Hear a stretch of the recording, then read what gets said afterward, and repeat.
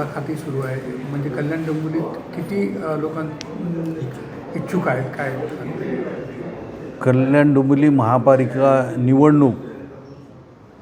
निवडणूक जाहीर झाल्यानंतर प्रत्येक पक्ष आपल्या पक्षाचे जे इच्छुक आहेत त्यांचे इच्छुकांचे फॉर्म घेत असतो. त्याप्रमाणे शिवसेनेकडे 550 इच्छुकांनी तिकीट मिळावं म्हणून फॉर्म भरलेले आहेत.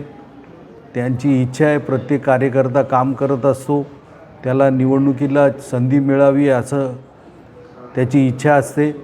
परंतु एका जागेवरती 4-4, 5-5 उमेदवार इच्छुक असतील आणि तिकीट एकच असेल तर कोणाला द्यायचं हा विचार करावा लागतो. त्याकरता मुलाखती घेतल्या जातात. निवडून येणं हा क्रायटेरिया त्या बाबतीमध्ये योग्य ठरत असतो. त्याप्रमाणे डोंबिवलीमध्ये आज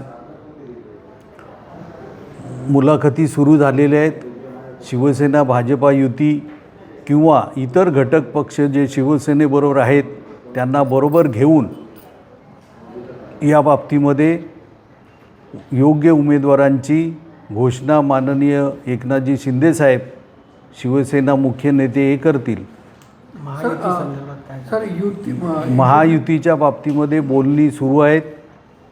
महायुतीच्या बाबतीमध्ये बोलणी झाल्याशिवाय, फायनल झाल्याशिवाय कोणत्याही प्रकारे घोषणा केली जाणार नाही.